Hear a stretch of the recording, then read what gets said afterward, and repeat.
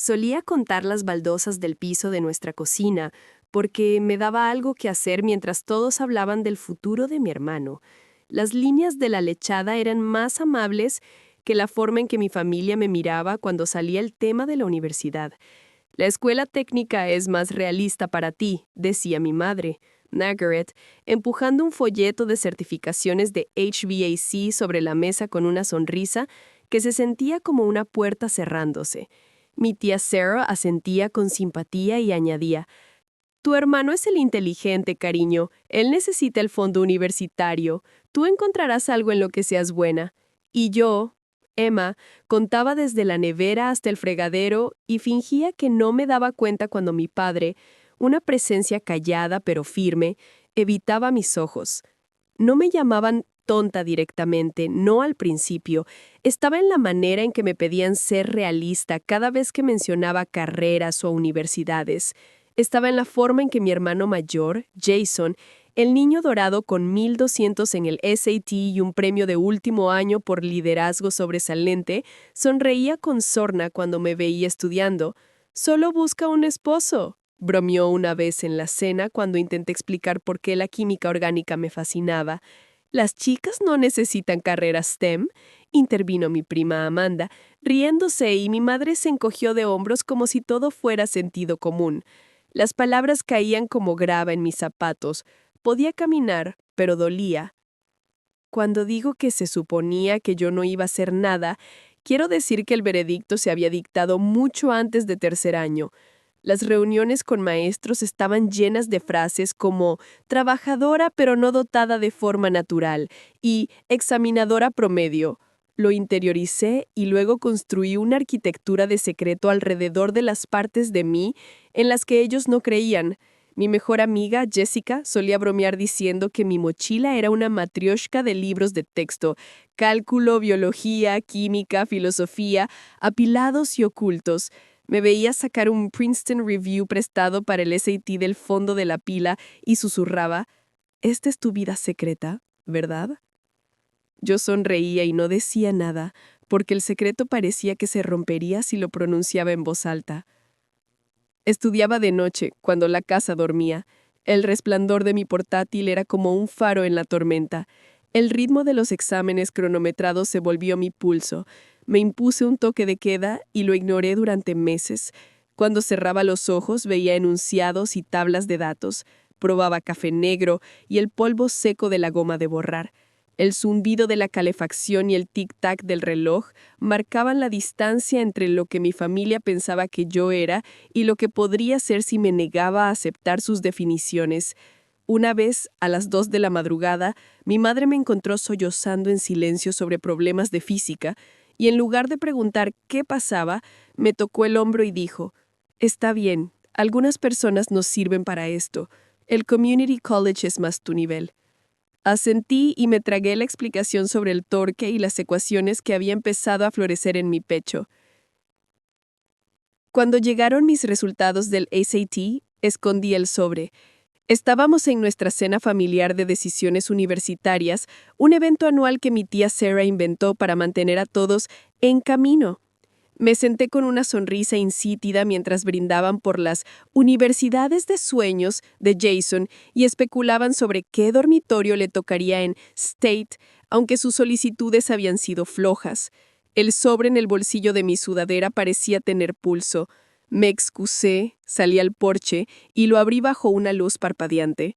Los números me miraron fijamente. 1580. Me temblaban las manos tanto que se me cayó el papel. Lo miré en el suelo y oí la voz de Jessica en mi cabeza como si estuviera a mi lado. «No eres promedio, solo aprendiste a trabajar en silencio». Cuando regresé metí el reporte de la puntuación en una carpeta manila, la primera de muchas, y fingí no notar cuando la novia de Jason, Amanda, se inclinó sobre la mesa y anunció en voz alta: «¿Al menos tu hermana consiguió beca completa para State?». Lo dijo con un guiño, dejando claro que no creía que yo iría a ningún sitio elegante. «Emma, ¿recuerdas el programa del que hablamos? Ese que te ayuda a aprender un oficio en 6 meses. Serías empleable de inmediato». Sonreí y hice un sonido sin compromiso, porque lo que mi familia no sabía es que ya me habían aceptado en un programa de verano para estudiantes de secundaria en Johns Hopkins y tenía en las manos una carta que abriría una puerta que yo llevaba años pateando en silencio. La cosa de ser subestimada es que aprendes a distinguir entre conversaciones reales y actuaciones. Mucho del tiempo en casa parecía lo segundo. Las únicas reales sucedían en rincones apartados, como en la oficina de la orientadora un martes lluvioso, cuando la señora Patel me apartó y dijo: «Lo que haces con tu silencio es extraordinario. ¿A dónde quieres ir?». Le respondí con una voz que parecía que había estado esperando ser liberada: «Quiero ser cirujana». No se rió. Sacó una lista de escuelas que me hicieron caer el estómago: Stanford, Yale, Princeton, MIT, Johns Hopkins, Northwestern. «Necesitaremos un plan», dijo, y por primera vez alguien dijo «necesitaremos» y lo enseriaba. Creé hojas de cálculo que harían orgulloso a cualquier gestor de proyectos: fechas de ensayos, cronogramas de cartas de recomendación, formularios de ayuda financiera, oportunidades de becas. Leí ensayos modelo en la librería y luego escribí los míos en la app de notas del teléfono para que mi familia no los encontrara. Entretejí mis sesiones de estudio nocturnas con recuerdos de las manos de mi abuela, la cicatriz en su muñeca de una cirugía que le devolvió la capacidad de cocinar conmigo dumplings cada año nuevo. Escribí sobre la primera vez que sostuve un cisturí en un laboratorio de anatomía de verano y sentí que algo encajaba, no solo interés, sino propósito. Los correos empezaron a gotear aquel otoño. Asuntos simples que guiñaban como secretos: solicitud recibida, gracias por tu interés, actualización del portal. Mantuve una carpeta en mi bandeja de entrada con nombres inocuos como recibos, recibos 2, recibos 3, para que mi madre no reconociera los patrones si alguna vez me pedía que buscara un pago. Imprimí folletos y los deslicé en cuadernos de matemáticas. Si alguien veía los bordes de azul Yale o cardenal de Stanford, asomar bajo las hojas decía que usaba el papel grueso como separadores. Pensaba que era paranoia, pero se volvió necesario cuando abrí la puerta de mi cuarto y encontré a mi madre, Margaret, sosteniendo un sobre medio abierto con mi nombre y un escudo que no necesitaba explicación. «¿Qué es esto?», preguntó con calma, como si no hubiera leído ya la primera línea. Me quedé helada. «Correo», dije estúpidamente. Giró la letra y vio finalista de National Merit Scholar, y algo cruzó su rostro que no era orgullo, era miedo, o quizá la realización de que la narrativa que había construido no podía contenerme. «Hablaremos de opciones realistas», dijo, colocando el papel sobre mi escritorio como si pudiera morder. La noche de la fiesta de graduación de Jason fue una neblina de humo de barbacoa y risas, el tintineo de botellas baratas y el murmullo de conversaciones. Mi tía Sarah brindó e incluyó la frase «dando ejemplo a tu hermanita», y la gente aplaudió como si lo hubieran ensayado. Cuando la música subió, mi teléfono vibró en el bolsillo trasero y me escabullí al pasillo para mirarlo. Un asunto parpadeaba: «Felicidades de Princeton». El mundo se estrechó al suave clic de la puerta del baño al cerrarse, el olor a jabón de lavanda, el zumbido tenue del extractor. Toqué el mensaje y me quedé muy quieta.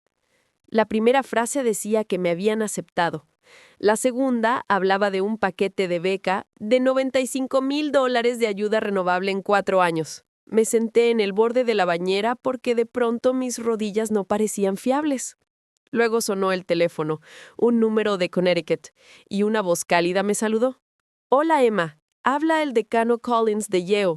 Solo quería felicitarte personalmente por tu admisión y decirte que recibirás una beca por $95,000 de ayuda renovable en 4 años». Me senté en el borde de la bañera porque de pronto mis rodillas no parecían fiables. Luego sonó el teléfono, un número de Connecticut, y una voz cálida me saludó. «Hola, Emma. Habla el decano Collins de Yale. Solo quería felicitarte personalmente por tu admisión y decirte que recibirás una beca por $95,000 de ayuda renovable en 4 años». Me senté en el borde de la bañera porque de pronto mis rodillas no parecían fiables. Luego sonó el teléfono, un número de Connecticut, y una voz cálida me saludó. «Hola, Emma. Habla el decano Collins de Yale. Solo quería felicitarte personalmente por tu admisión y decirte que recibirás una beca por $95,000 de ayuda renovable en 4 años. Me senté en el borde de la bañera porque de pronto mis rodillas no parecían fiables. Luego sonó el teléfono, un número de Connecticut, y una voz cálida me saludó. Hola, Emma. Habla el decano Collins de Yale. Solo quería felicitarte personalmente por tu admisión y decirte que recibirás una beca por $95,000 de ayuda renovable en 4 años. Me senté en el borde de la bañera porque de pronto mis rodillas no parecían fiables. Luego sonó el teléfono, un número de Connecticut y una voz cálida me saludó. Hola, Emma. Habla el decano Collins de Yale. Solo quería felicitarte personalmente por tu admisión y decirte que recibirás una beca por $95,000 de ayuda renovable en 4 años. Me senté en el borde de la bañera porque de pronto mis rodillas no parecían fiables. Luego sonó el teléfono y una voz cálida me saludó. Hola, Emma. Habla el decano Collins de Yale. Solo quería felicitarte personalmente por tu admisión y decirte que recibirás una beca por $95,000 de ayuda renovable en 4 años. Me senté en el borde de la bañera porque de pronto mis rodillas no parecían fiables. Luego sonó el teléfono y una voz cálida me saludó. Hola, Emma. Habla el decano Collins de Yale. Solo quería felicitarte personalmente por tu admisión y decirte que recibirás una beca por $95,000 de ayuda renovable en 4 años. Me senté en el borde de la bañera porque de pronto mis rodillas no parecían fiables. Luego sonó el teléfono y una voz cálida me saludó. Hola, Emma. Habla el decano Collins de Yale. Solo quería felicitarte personalmente por tu admisión y decirte que recibirás una beca por $95,000 de ayuda renovable en 4 años. Me senté en el borde de la bañera porque de pronto mis rodillas no parecían fiables. Luego sonó el teléfono y una voz cálida me saludó. Hola, Emma. Habla el decano Collins de Yale. Solo quería felicitarte personalmente por tu admisión y decirte que recibirás una beca por $95,000 de ayuda renovable en 4 años. La noche de la fiesta de graduación de mi hermano recibí una llamada del decano de Yale. El timing es extraño. 2 días después, tras una mañana en la iglesia donde la tía Sarah me preguntó en voz alta si había considerado cosmetología, ya que eres tan bonita, recibí una llamada de Maryland. Hola, Emma, dijo la voz. Soy Amanda, sin relación con tu prima, supongo, de admisiones de Johns Hopkins. Me complace decirte que fuiste aceptada en la Krieger School con beca completa valorada en $125,000, cubriendo matrícula y tasas. Nos impresionó tu ensayo sobre el laboratorio de anatomía. Le di las gracias y ella rió suavemente. Espero verte en Baltimore, añadió. Colgué y me deslicé contra la puerta de mi cuarto, apretando el teléfono. Susurré las palabras en voz alta, no para nadie más, sino para oírlas existir en mi habitación. Beca completa. Lo que siguió fueron semanas de crueldad ordinaria. Al menos tu hermana consiguió beca completa para State, repetía Jason cada vez que venían parientes, repitiendo el mismo chiste como una canción favorita. Mi madre dejaba folletos sobre asistente de enfermería en mi cama y decía, esto es práctico, Emma, puede ser útil. Mi tía Sarah negaba la cabeza diciendo, ¿para qué malgastar dinero en la educación de una chica? Y como yo aún no había dicho la verdad en la mesa, era cómplice de sus suposiciones. Me decía que era estrategia. Me decía que la paciencia era una fortaleza, pero también era cobardía y lo sabía. Mis mejores amigas, Jessica y Amanda, mi Amanda, me mantuvieron anclada a mi mejor versión. Condujeron conmigo a ferias universitarias, aunque significara perderse los partidos. Posaron a mi lado en fotos de visitas al campus que guardé en una carpeta etiquetada Info Seguros. Un día frío de noviembre estuvimos bajo un arco de piedra en Northwestern mientras el viento enredaba nuestro pelo. «¿Puedo verte aquí?», dijo Jessica, y me imaginé llevando una pila de libros de un aula a un laboratorio. Esa tarde caminamos al lago Michigan y les hablé del campus de Stanford, de cómo la piedra arenisca brillaba al atardecer en un video recorrido. Amanda me apretó la mano y dijo, «Van a tener suerte de tenerte». Su certeza fue un calor que llevé conmigo a las habitaciones frías de casa. Para diciembre tenía una pila de carpetas Manila en mi armario que haría sonreír a cualquier oficial de admisiones. Stanford, MIT, Yale, Princeton, Johns Hopkins y Northwestern. Los portales de aceptación se habían vuelto mi jardín secreto, cada uno con su propio tono de felicidades. Llevaba una agenda de papel donde copiaba los montos de becas porque escribirlos los hacían reales. $180,000 de beca de mérito de Yale. $180,000 de beca de mérito de Yale. $180,000 de beca de mérito de Yale. $125,000 de beca completa en Hopkins, un apoyo renovable de $95,000 en Princeton. En una libretita escribía metas para cada noche: leer 2 capítulos de bioquímica, redactar el personal statement, imprimir formularios FAFSA, pegué mi certificado de finalista de National Merit en la tapa y trazaba el sello en relieve cuando mis manos necesitaban otra cosa que no fuera apretar. Luego llegó la cena de decisión universitaria, en la que me había prometido a mí misma que por fin hablaría. La sala olía a pollo rostizado y limón. Un amigo de la familia, el señor Rivera, trajo un pastel que decía: «Felicidades, Jason», en glaseado azul. Nos sentamos y mi madre carraspeó. «Antes de empezar, tenemos noticias sobre las finanzas». Mi papá miró su plato. Mi madre continuó: «Hemos decidido usar el fondo universitario para Jason este año. Lo necesita para el dormitorio y el plan de comidas. Emma va a estar bien porque puede trabajar un año para ahorrar o ir al community college y luego transferirse. Es mejor para su nivel». Las palabras cayeron con un golpe sordo. Jason no me miró. Mi tía Sarah sonrió como si la hubieran reivindicado. «Puedes ayudar a tu hermano», añadió.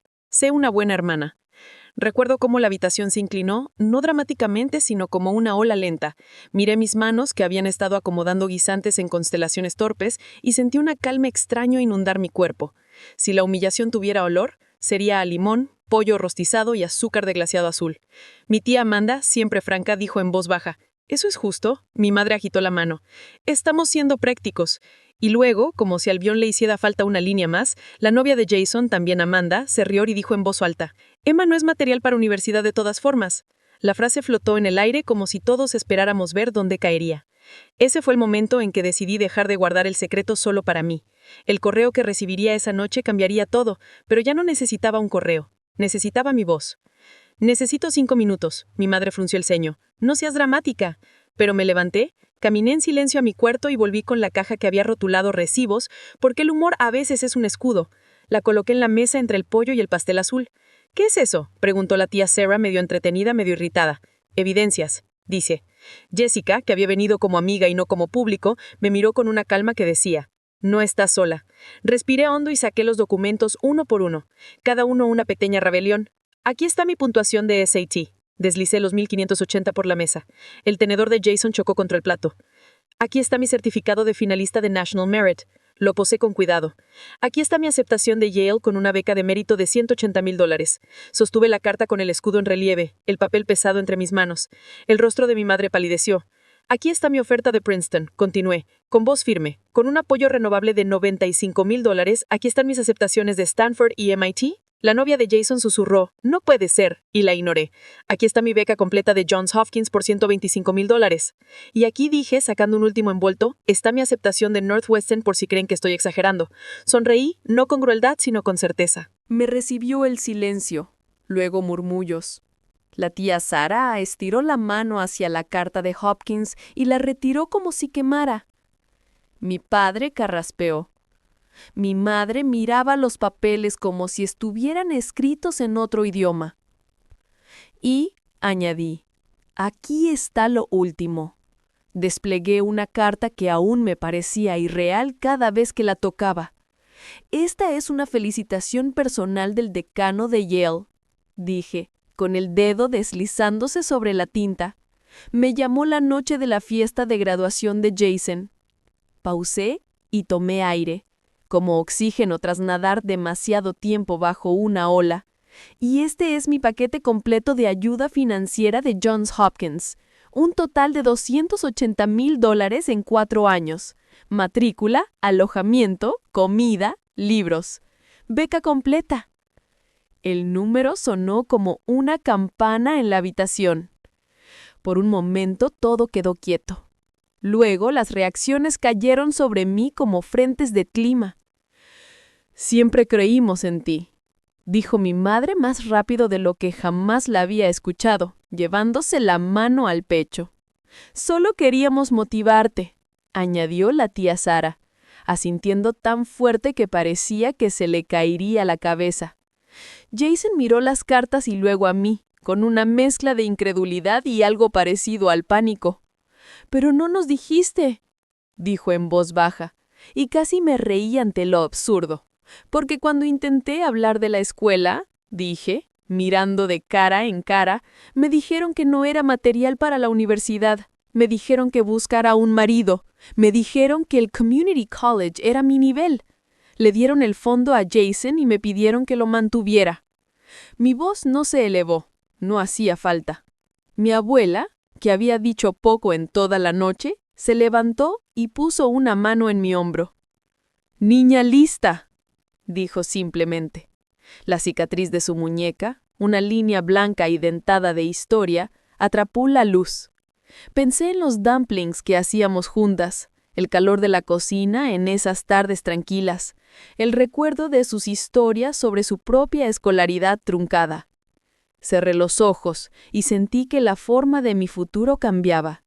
Mi padre, que había observado con su habitual contención, dijo en voz baja: «Estoy orgulloso de ti, Emma». Cayó entre nosotros como un regalo que no esperaba. Pero esto es lo que aún duele cuando lo recuerdo. Tras la primera oleada de shock y felicitaciones torpes, mi madre se inclinó y dijo: «Así que Hopkins está en Maryland. Es lejos. Si vas a State, puedes vivir en casa y ayudar con las cuentas. Después de todo lo que hemos hecho por ti, sería lindo ver gratitud». Entendí entonces que el giro al orgullo era también un giro al control. Respiré y negué la cabeza. «Voy a Johns Hopkins», dije. «Me mudaré a Baltimore. ¿Ya acepté?» La mentira me supo a calor en la lengua. En realidad no había hecho clic en el botón final del portal, pero lo haría, ahora. A la mañana siguiente me senté en el escritorio con una taza de café, las manos temblando ligeramente, y entré en el portal de Johns Hopkins. Podía sentir cada célula de mi cuerpo vibrar. El botón brillaba al final de la página. «Aceptar oferta». Hice clic. La página de confirmación floreció como un amanecer. Lo que no sabían era que el folleto del Community College que sostenía cubría una impresión de mi portal de aceptación de Johns Hopkins, que deslicé en una funda protectora y guardé en mi caja de recibos, sin otra razón que el amor por la fisicidad de la prueba. El verano antes de la universidad, mi madre osciló entre frialdad y calidez performativa. Publicó una foto mía con una sudadera de Hopkins con un pie de caption: «Muy orgullosos de nuestra niña, siempre lo supimos». Acumuló likes de parientes que me habían dicho: «¡Sé realista!». Y yo sonreí con amargura ante la ironía. Mientras tanto, mi tía Sara me envió un mensaje: «No olvides ser humilde. A la gente no le gustan las mujeres que presumen». Lo borré y añadí un turno extra en la cafetería. No porque necesitara tanto el dinero ya, sino porque quería el ritmo con los pies en la tierra de espumar leche y llamar nombres. «¡Emma!», gritaba el barista de turno, y sentía que practicaba el nombre que me reclamaría. El primer día que pisé el campus de Johns Hopkins, el aire tenía una nitidez que hacía que todo pareciera posible de nuevo. Los ladrillos de los edificios académicos estaban tibios bajo la palma al tocarlos, como si comprobara si fueran reales. Guardé mi certificado de National Merit en una carpeta con otros documentos importantes y deslicé mi carta de beca completa por $125,000 en un cajón como un tesoro. Y monté sobre mi escritorio un collage de folletos universitarios y fotos de las visitas al campus, las que Jessica y Amanda me habían tomado riendo bajo arcos de piedra y fingiendo leer inscripciones. Pegué encima un post-it que decía: «Perteneces». En mi primer semestre me senté en aulas que olían a papel viejo y posibilidad, y hice amistades con gente a la que le habían dicho toda la vida que eran dotados. Fue desconcertante al principio, la ausencia de condescendencia. Mi asesor dijo: «Deberías considerar solicitar una beca de investigación».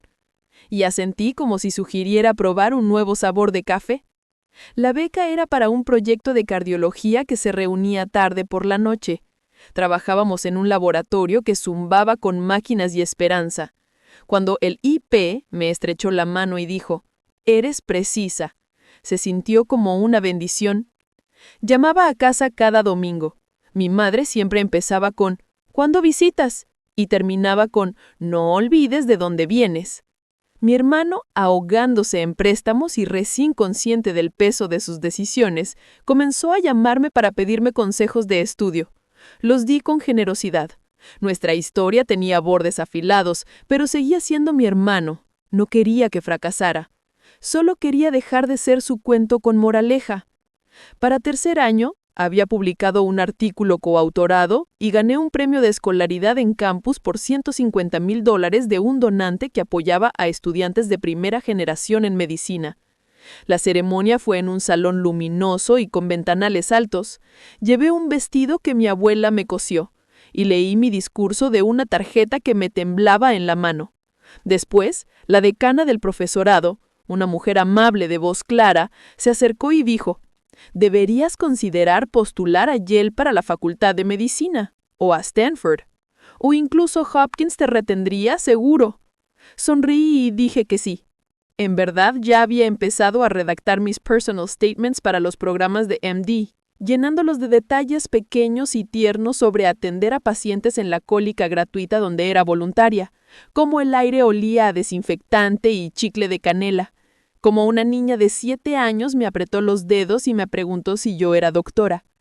«Casi», le dije. Se sintió como la primera respuesta honesta que daba a esa pregunta.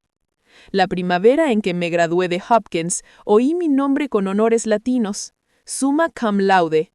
Cuando recibí el correo invitándome a Phi Beta Kappa, se lo reenvié a Jessica con el asunto. «¿Esto es real?». Me respondió con una hilera de signos de exclamación. Compré una pequeña llave dorada y la sostuve en la palma como un secreto que al fin podía contar. Mi familia fue a la ceremonia y mi madre lloró. Luego subió otra foto y escribió: «Siempre supimos que era especial». No la corregí. La historia podía ser también de ellos si eso implicaba que dejarían de intentar reescribir la mía. Aplicar a la escuela de medicina se sentía como estar al borde de un acantilado, confiando en que el suelo aparecería bajo mis pies. Envié paquetes a Stanford, Yale, Johns Hopkins, Northwestern e incluso al programa conjunto del MIT, conociendo las probabilidades y tratando de ser valiente. Entonces empezaron a llegar las cartas de aceptación. Primero de Feinberg, de Northwestern, luego de Hopkins y luego de Stanford, cuyo escudo carmesí iluminó mi pantalla como una bengala. Me senté en el escritorio, hundí la cara en las manos y lloré de alivio, casi sin poder respirar. Una semana después, llamó Yale. «Hola, Emma», dijo una voz familiar. «Soy nuevamente el decano Collins. Te recuerdo. Quería felicitarte personalmente por tu admisión a la Facultad de Medicina de Yale y decirte que te ofrecemos un generoso paquete de ayuda. No queremos que la deuda influya en tu decisión». Hablamos 15 minutos y al colgar susurré: «Gracias», a la habitación vacía. Elegí Stanford para la Facultad de Medicina por razones que aún no puedo resumir con limpieza. Luz, mentoría, la forma en que los residentes de cirugía me miraron como si ya fuera uno de ellos cuando visité. La primera vez que me lavé las manos para entrar, el jabón ardía bajo las uñas, y el aire estéril olía a algo cercano a la oración. Observé las manos de un adjunto moverse con certeza abrumadora y algo en mí respondió. «Manos arriba», dijo una enfermera, y las mantuve arriba, como penitente. Codos doblados, dedos suspendidos en un espacio sagrado.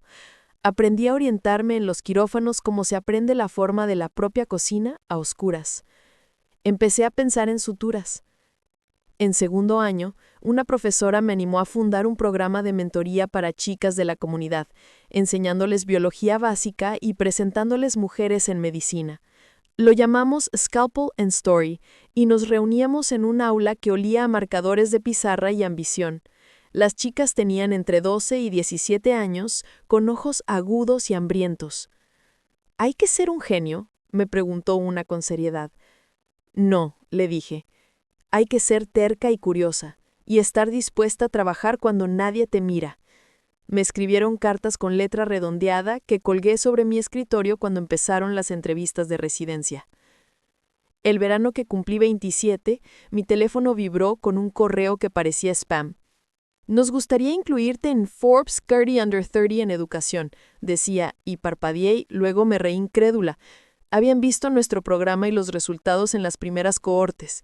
Hicimos una entrevista con una americana prestada, intentando no sudar, y cuando salió la reseña, recorté la página y le envié una copia a mi abuela con una nota. para la niña que le cortaron la escuela, de la niña que pudo seguir. Cuando visité casa ese invierno, encontré la revista en la mesa de centro. Mi tía Sarah la señaló y dijo, «Siempre supimos que eras una líder», y yo sonreí con esa pequeña sonrisa que reservo para la historia revisionista.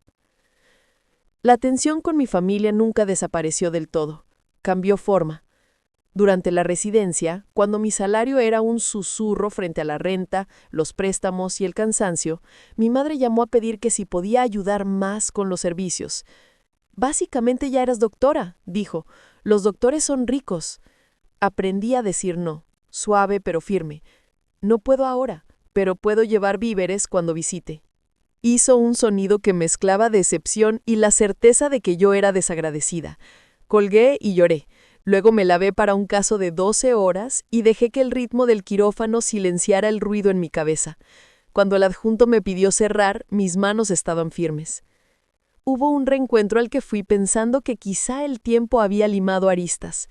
Jason se casó con Amanda y tuvieron un bebé, Leo, que olía a leche y sol. Mi madre montó una mesa plegable larga en el patio y dijo que todos llevaran un plato. La parrilla siseaba. Los niños chillaban, el aire de verano estaba espeso de mosquitos y nostalgia. Mi tía Sarah alzó su copa y dijo, «¡A la familia!», y todos repitieron.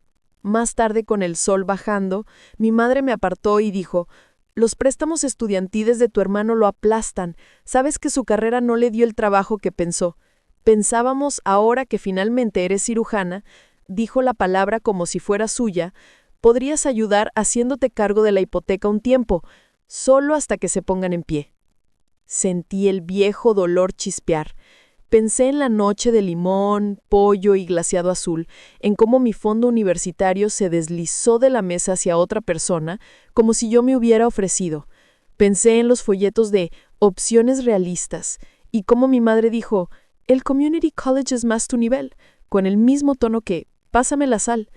Pensé en las noches en el laboratorio de anatomía, el certificado de National Merit que pegué en mi agenda, las cartas 95K de ayuda renovable, 95K de ayuda renovable, 95K de ayuda renovable, 125K de beca completa, 180K de beca de mérito, 180K de beca de mérito, 180K de beca de mérito, 280K de paquete de beca total, que inclinó la sala hacia mí.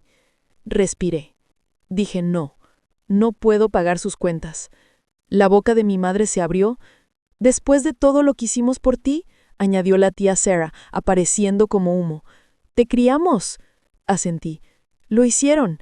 Y usaron mi fondo universitario para Jason, y me dijeron que dejara los estudios para apoyarlo. Dijeron que no era material para universidad. Construí mi vida de todos modos. No voy a permitir que conviertan mi éxito en un cajero automático». Ella siseó una protesta, y por un instante pensé que alzaría la voz, pero Jason dio un paso adelante, el rostro enrojecido. «Mamá», dijo para mi sorpresa, «no es su responsabilidad». Me miró y encogió levemente los hombros. «¿Me las arreglaré?» No borraba cada mueca, al menos tu hermana consiguió beca completa para State, pero era un comienzo. El frío en los ojos de mi madre me dijo que los límites nunca serían invitados bienvenidos en nuestra mesa, pero había aprendido a mantenerme en pie incluso con mal tiempo. En los años siguientes, construí una vida que sabía a futuros que antes imprimía en papel grueso y guardaba en carpetas. Terminé la residencia con fama de competencia silenciosa y talento para enseñar. Gané una beca de subespecialidad que pagaba lo suficiente como para ya no encogerme al abrir la app del banco, y acepté un trabajo que hizo llorar a mi abuela cuando se lo conté. Me mudé a un departamento donde la luz del sol se encharcaba en el suelo de madera por las mañanas y un balconcito donde podía plantar hierbas. Los domingos tomaba café y llamaba a Jessica, que se volvió defensora pública, y hablábamos de nuestros casos, nuestro cansancio y de cómo nadie te cuenta que el éxito puede ser solitario y tierno a la vez. En la graduación, el adjunto que me enseñó el arte de cerrar las heridas me abrazó y dijo, «Serás la cirujana que querría para mi familia». Enmarco a esa memoria junto al certificado de National Merit, la voz cálida del decano de Yale, el escudo de Hopkins en la bata blanca, la insignia de Phi Beta Kappa, la banda de Summa Cum Laude, la página de Forbes que hizo chillar de emoción a las chicas de Scalpel and Story cuando se las enseñé. Tras la ceremonia, mi madre se acercó con una sonrisa brillante. «Estamos tan orgullosos», dijo. «¿Sabes que siempre creímos en ti?» Le besé la cachete.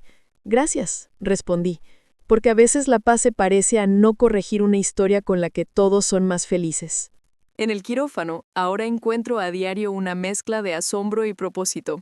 Siento el peso de la vida ajena bajo mis manos y la extraña alquimia de la formación volviéndose instinto.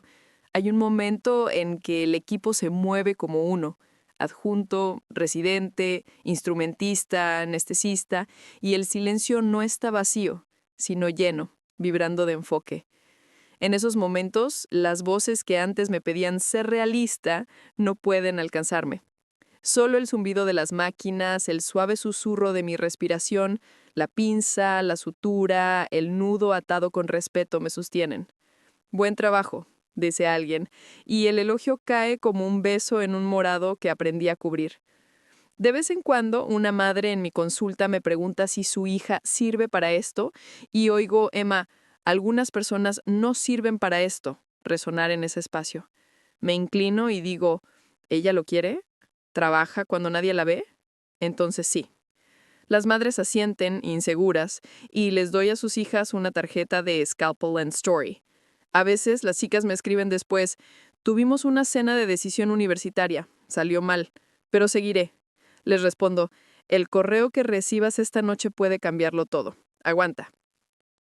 Hubo una última reunión familiar donde los viejos roles intentaron reaparecer.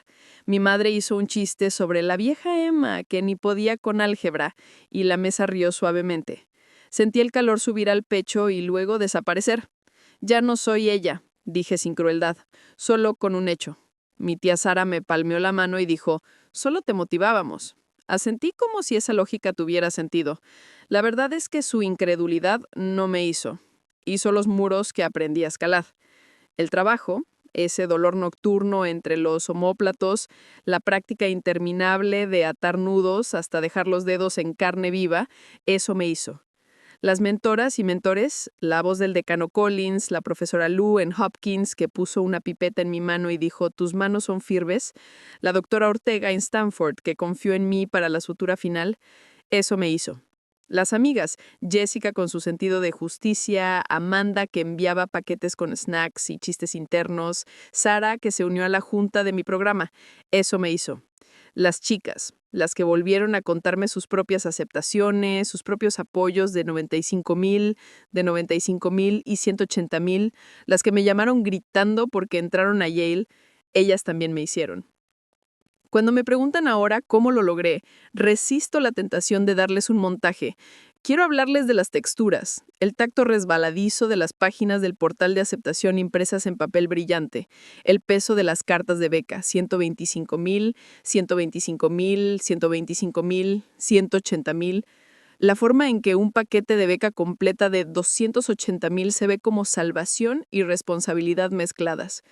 Quiero contarles cómo sabía el aire frío de Baltimore en octubre y cómo el sol de Palo Alto podía convertir un día en un bálsamo.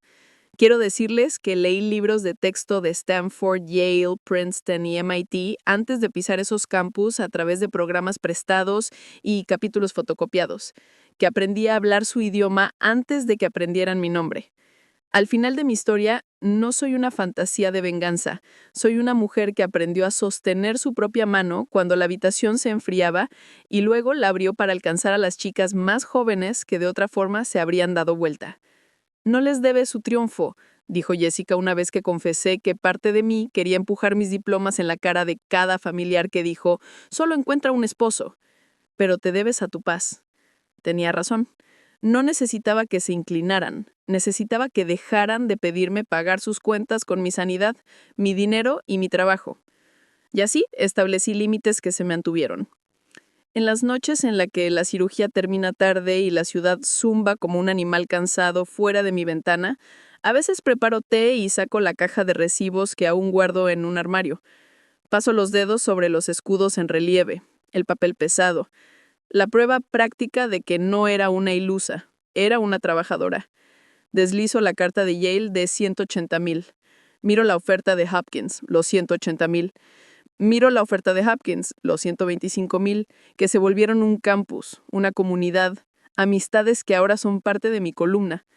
Despliego la carta de apoyo de Princeton, 95,000 renovables, que no usé, pero conservé porque elegir es una forma de riqueza que nunca había conocido. Sostengo el paquete de 95,000 renovables, que no usé, pero conservé porque elegir es una forma de riqueza que nunca había conocido. Sostengo el paquete de 280,000 que me estabilizó cuando el suelo se sentía incierto.